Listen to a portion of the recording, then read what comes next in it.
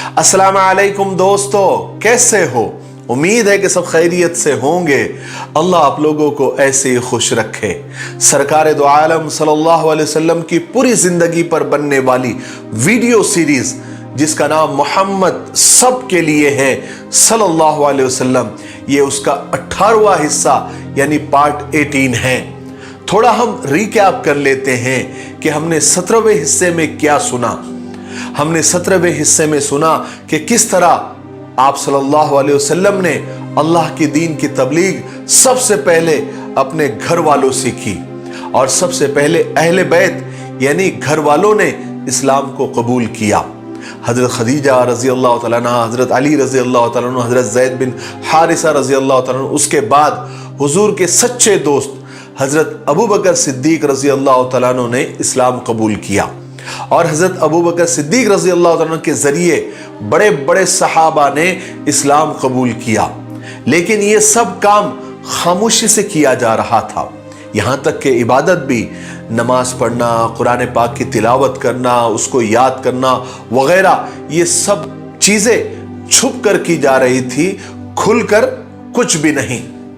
लेकिन आहिस्ता आहिस्ता मक्का वालों को इसका पता लग ही रहा था। चलिए अब आगे सुनते हैं। जब मक्का वाले ईमान वालों को नमाज पढ़ते देखते तो उनका मजाक उड़ाते थे।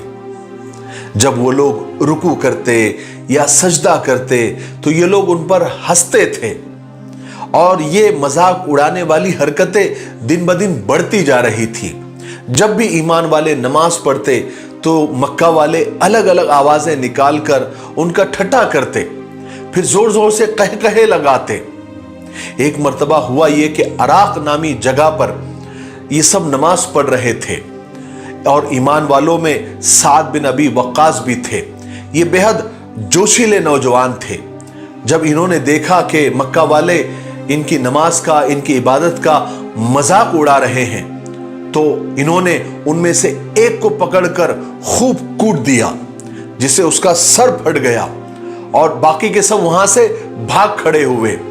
ये पहला खून था जो इस्लाम के रास्ते में, इस्लाम के वास्ते बहाया गया। चूंकि मुशरिकीन मक्का ईमान वालों को तकलीफें पहुंचाने लगे थे, इसलिए रसूल पाक सल्लल्लाहु अलैहि वसल्लम ईमान वालों को उनसे दूर रखा करते थे और इन सब से छुपकर हजरत अरकम बिन अबी अरकम के मकान पर जमा किया करते थे और कुरान शरीफ की जो आयतें नाजिल हो चुकी थी वो उन्हें सुनाया करते थे, या कोई नई वही आती थी या कोई अल्लाह का नया पैगाम आता था, अल्लाह की तरफ से कोई नया मैसेज आया करता था तो रसूल पाक सल्लल्लाहु अलैहि वसल्लम उनको सुनाया करते थे। अब रसूल पाक सल्लल्लाहु अलैहि वसल्लम को नबूवत मिले यानी नबूवत का इजहार हुए, अब 3 साल गुजर चुके थे और ये बात अब किसी से ढकी छुपी भी नहीं रही थी कि रसूल पाक सल्लल्लाहु अलैहि वसल्लम यानी मोहम्मद अब नए दीन की तबलीग कर रहे हैं, बल्कि सबको मालूम हो चुका था कि आपकी उम्मतियों की और आपके मानने वालों की तादाद दिन ब दिन बढ़ती जा रही है और ईमान वाले ताकतवर होते जा रहे हैं। अब खुदा ताला ने रसूल पाक सल्लल्लाहु अलैहि वसल्लम को हुक्म दे ही दिया कि अब खुलकर इस्लाम को फैलाने का काम करें। अब छुप कर नहीं, अब जो भी करना है खुले आम करें, अब छुप कर न करें। फस्दा बिमा तुअमर व आरिज अनिल मुशरिकीन, कि अब खुल के दीन की दावत दे और मुशरिकीन की बिल्कुल परवाह न करें। 3 साल तक रसूल पाक सल्लल्लाहु अलैहि वसल्लम ने छुप छुप कर लोगों को एक खुदा की तरफ बुलाया। अब अल्लाह का हुक्म हुआ कि अब छुप कर नहीं, खुलकर लोगों को इस्लाम की तरफ बुलाएं, उन्हें दावत दे।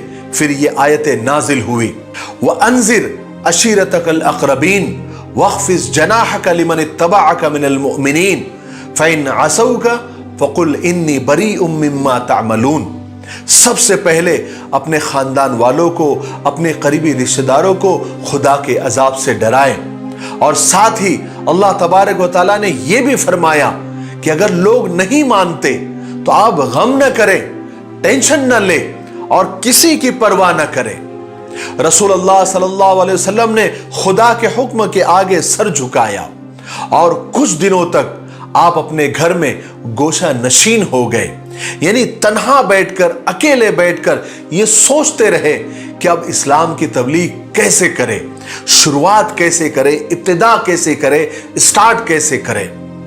لیکن آپ صلی اللہ علیہ وسلم کی بہت دنوں تک یہ گوشہ نشینی یعنی تنہا بیٹھنے کی خبر آپ کی پھوپھیوں کو ہو گئی اور وہ آپ سے ملنے کے لیے آ گئی۔ انہیں اصل میں یہ خیال ہوا تھا کہ کہیں آپ کی طبیعت تو نہیں خراب ہو گئی۔ بہرحال وہ آئی، آپ کی طبیعت وغیرہ پوچھی اور اس طرح گوشہ نشیں ہو جانے کی اور اکیلے بیٹھ جانے کی اور اپنے آپ کو تنہا کرنے کی وجہ پوچھی۔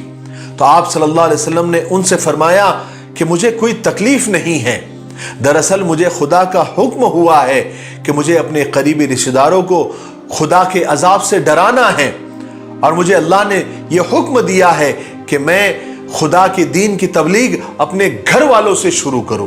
اس لیے میں تنہا بیٹھ کر، اکیلے بیٹھ کر یہ سوچ رہا ہوں کہ میں کس طرح رشتہ داروں کو اور اپنے قریبی لوگوں کو میں بلاؤں اور ان تک میں خدا کا پیغام کیسے پہنچاؤں۔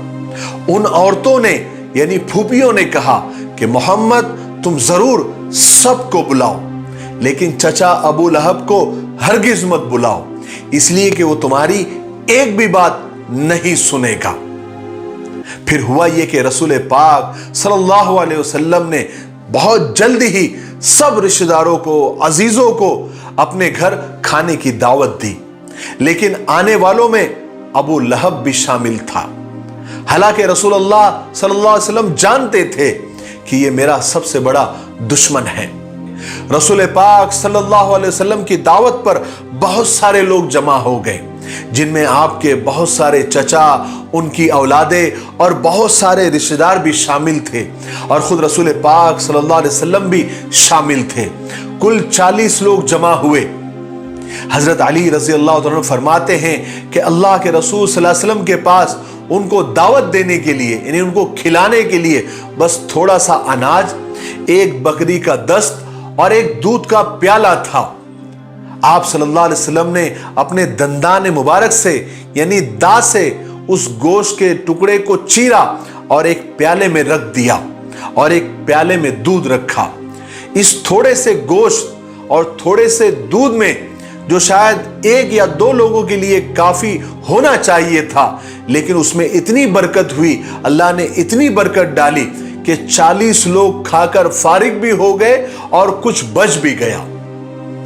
چنانچہ جب سب کھانے سے فارغ ہو گئے تو جس مقصد کے لیے آپ صلی اللہ علیہ وسلم نے ان کو بلایا تھا ان کو بتانے لگے، اور جو پیغام اللہ تبارک و تعالیٰ کا تھا وہ لوگوں کو پہنچانے لگے۔ لیکن ابو لہب آپ کی بات سننے کے بجائے خود رسول پاک صلی اللہ علیہ وسلم کو ڈانٹنے لگا، غصہ کرنے لگا، کہنے لگا کہ آپ اپنے باپ دادا کے دین کو چھوڑ کر آپ نے نیا دین اختیار کیا ہے، اس سے آپ رک جائیں۔ اور کہنے لگا کہ محمد یہ سب لوگ تمہارے چچا اور چچا زاد بھائی ہیں، اس لیے ان سے ایسی بات کہو جس کی یہ سب تم سے امید کرتے ہیں، اور اپنے باپ دادا کا دین جو تم چھوڑ بیٹھے ہو اسے تم دوبارہ اختیار کر لو اور دوبارہ قبول کر لو۔ اور محمد یہ جو تم نے کیا ہے نا، ایسا ہمارے خاندان میں، ہمارے قبیلے میں کسی نے نہیں کیا۔ اور ایک بات یاد رکھو کہ ہم لوگوں میں اتنی طاقت نہیں ہے کہ ہم سارے عربوں سے لڑ سکے۔ اگر تم اپنی ضد سے نہیں ہٹے تو ہمیں مجبوراً تمہیں کسی جگہ بند کر دینا پڑے گا، کیونکہ عربوں سے لڑنے کے بجائے ہمارے لیے یہ کام زیادہ آسان ہے۔ رسول پاک صلی اللہ علیہ وسلم نے چاہا تھا کہ اپنی بات کرے، خدا کا پیغام اچھی طرح سے لوگوں کو سمجھائے، اسی لیے تو دعوت کی تھی، لیکن ابو لہب کی وجہ سے آپ کو موقع ہی نہیں مل سکا۔ پھر ابو لہب نے کھل کر دشمنی کی شروعات کی۔ ابو لہب نے لوگوں کو بھڑکانا شروع کیا اور کہا کہ محمد نے آج کے کھانے پر جادو کیا تھا، اسی لیے تو اتنا سا کھانا سب کے لیے کافی ہو گیا، اور لوگوں سے کہا کہ چلو یہاں سے واپس چلو۔ سب لوگ اٹھ کر چلے گئے۔ اللہ کے رسول صلی اللہ علیہ وسلم نے جس مقصد کے لیے سب کو کھانے کی دعوت دی تھی وہ آپ کا مقصد پورا ہی نہیں ہو سکا، لیکن آپ نے ہمت نہیں ہاری۔ کچھ دن کے بعد آپ نے پھر سب کو دعوت کی، پھر سب کو بلایا۔ پھر جب سب لوگ آ گئے تو آپ نے خداوند کریم کا پیغام کھڑے ہو کر سنایا۔ آپ صلی اللہ علیہ وسلم نے فرمایا ایسا کبھی نہیں ہوتا کہ ایک رہبر، ایک راستہ بتلانے والا، ایک گائیڈ خود ہی اپنے قافلے سے جھوٹ بول کر اسے راستے سے بھٹکا دے۔ اس خدا کی قسم جو تنہا ہے، اس کا کوئی شریک نہیں، مجھے اس خدا نے ساری دنیا کے لیے رسول اور پیغمبر بنا کر بھیجا ہے۔ خدا کی قسم عبد المطلب کی اولادوں، دنیا میں کوئی بھی شخص اپنی قوم کے لیے اتنی اچھی چیز لے کر نہیں آیا ہے جیسی میں تمہارے لیے لے کر آیا ہوں۔ میں آپ لوگوں کے لیے دنیا و آخرت کی بھلائی لے کر آیا ہوں۔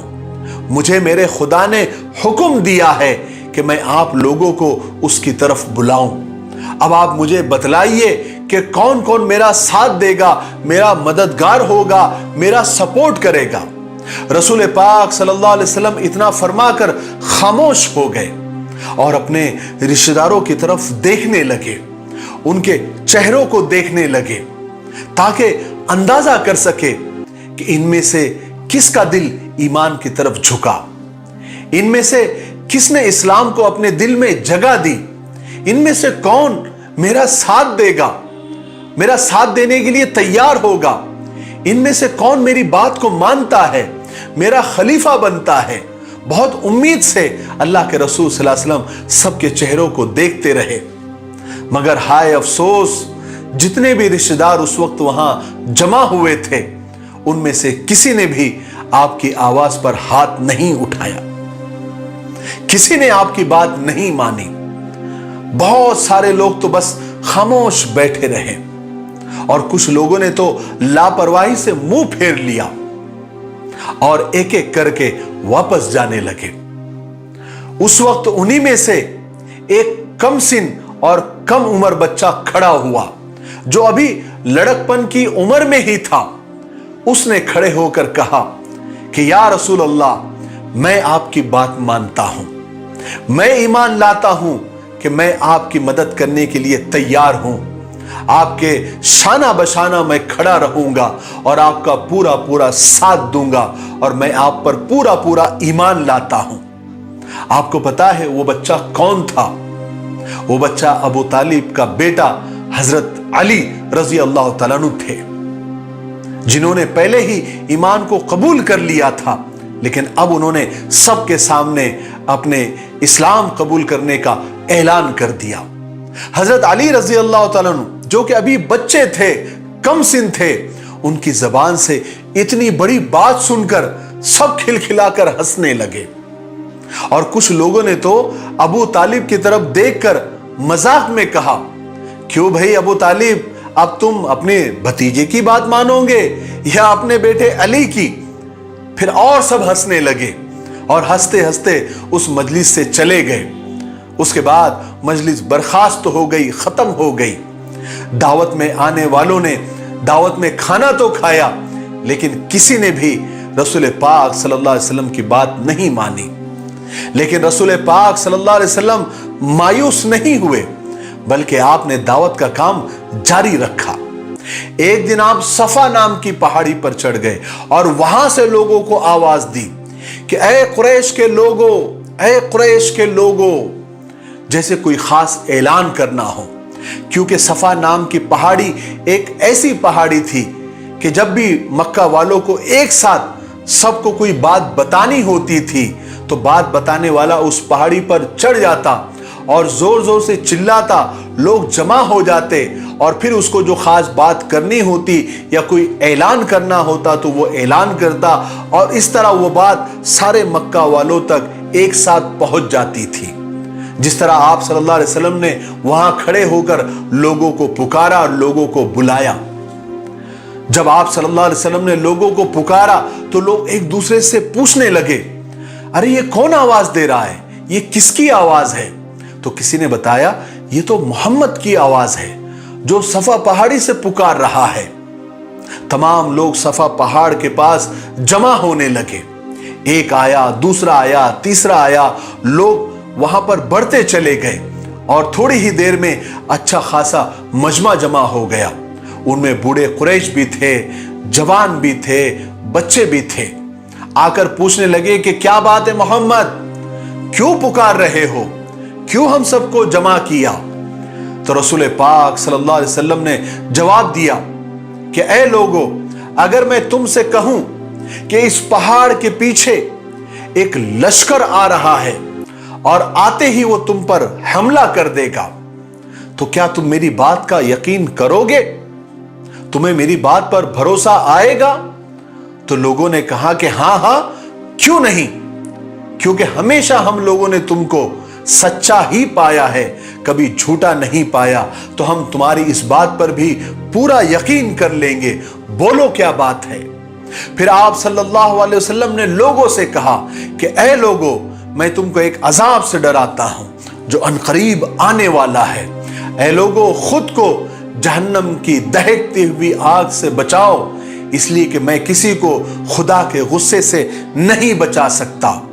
तुम्हें यह गवाही देने की मैं दावत देता हूं कि खुदा के सिवा कोई इबादत के लायक नहीं और मैं खुदा का रसूल और पैगंबर हूं, तुम इस बात को मान लो। बस फिर क्या था, मजमा बिखर गया। अबू लहब जो उस वक्त गधे पर सवार था, कहने लगा, मोहम्मद, इतनी सी बात कहने के लिए तुमने हम सबको जमा किया, हमारा वक्त बर्बाद किया? और गुस्से में कहा कि तब्बन लका या मोहम्मद, बर्बाद हो तुम मोहम्मद, नाउज़ुबिल्लाह मिन ज़ालिक। कहा कि तुमने इतनी सी बात के लिए हमको यहां सब जमा किया। उसके बाद अबू लहब ने आप सल्लल्लाहु अलैहि वसल्लम को बोलने ही नहीं दिया, जबान दराजी करने लगा, औल फौल बकने लगा, आपकी बातों को झुठलाने लगा। अबू लहब की इस जबान दराजी पर अल्लाह भी नाराज हो गया। फौरन हजरत जिब्राइल अलैहिस्सलाम को भेजा। जिब्राइल अलैहिस्सलाम तशरीफ लाए और अल्लाह के रसूल सल्लल्लाहु अलैहि वसल्लम से फरमाया कि मैं ये बतलाने के लिए अल्लाह ने मुझे भेजा है, मैं इसलिए आया हूं कि अबू लहब का ठिकाना कहां बना दिया गया है। चुनांचे आप पर ये आयतें नाजिल हुई, तब्बत यदा अबी लहबिन व तब, मा अगना अन्हु मालुहु व मा कसब, सयस्ला नारन ज़ात लहब। कि अल्लाह ताला फरमाता है कि अबू लहब के हाथ टूट जाए, वो बर्बाद हो जाए, ना उसका माल उसके काम आया, ना उसकी कमाई उसके काम आएगी, और आखिरत में अनकरीब एक आग से दहकती हुई जहन्नम में वो दाखिल होगा। फिर अबू लहब आप सल्लल्लाहु अलैहि वसल्लम की दुश्मनी में इतना आगे बढ़ गया, इतना कट्टर हो गया कि आप सल्लल्लाहु अलैहि वसल्लम की दोनों बेटियां हजरत रुकैया और हजरत उम्मे कुलसुम, जो आप सल्लल्लाहु अलैहि वसल्लम के नबी बनने से पहले आपने अबू लहब के बेटों से यानी उतबा और उतैबा से उनका निकाह करवा दिया था, अबू लहब ने अपने बेटों से कहकर तलाक दिलवा दी ताकि अल्लाह के रसूल सल्लल्लाहु अलैहि वसल्लम को अच्छा खासा सदमा हो, अच्छी खासी तकलीफ हो, अच्छा खासा गम हो।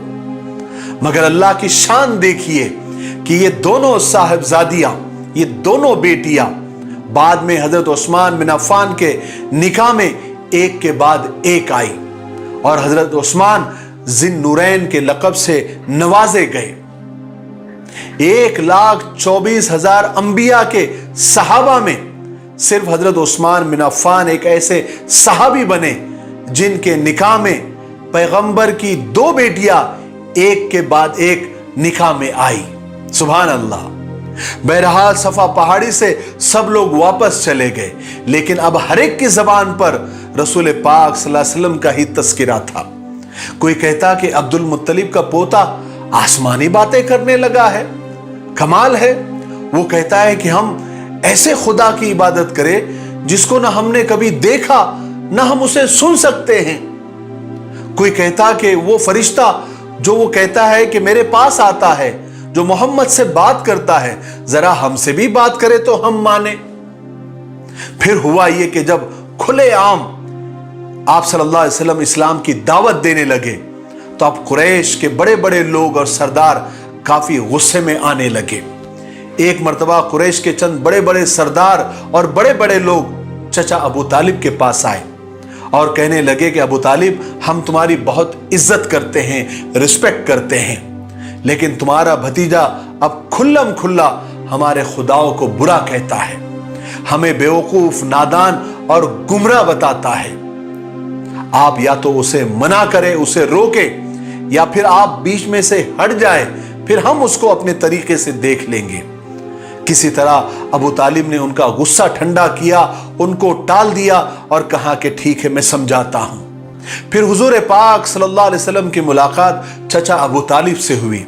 चचा अबू तालिब ने बड़े प्यार से हुजूर से कहा कि चचा की जान मोहम्मद, तुम्हारी कौम के बड़े बड़े सरदार मेरे पास आए थे, मुझे धमकियां देकर गए हैं।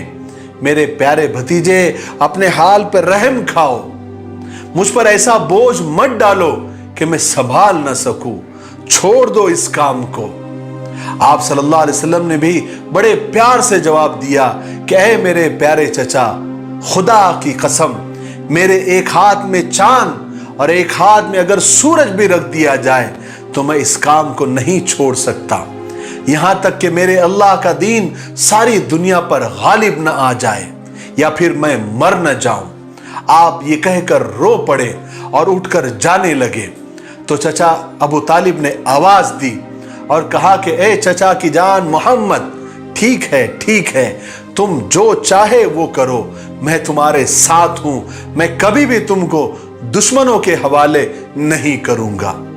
आज के लिए इतना काफी है, इसलिए हम यहीं पर रुकते हैं क्योंकि वीडियो ज्यादा लंबा हो रहा है।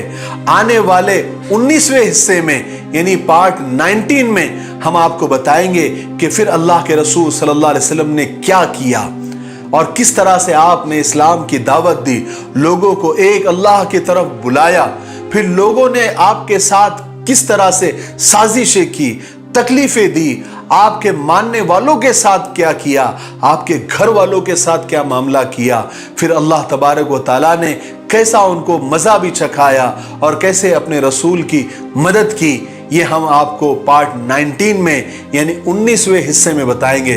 तब तक मेरे लिए, पूरी उम्मत के लिए और पूरी इंसानियत के लिए खैर और भलाई की दुआ करते रहे। अस्सलामु अलैकुम व रहमतुल्लाहि व बरकातुहू।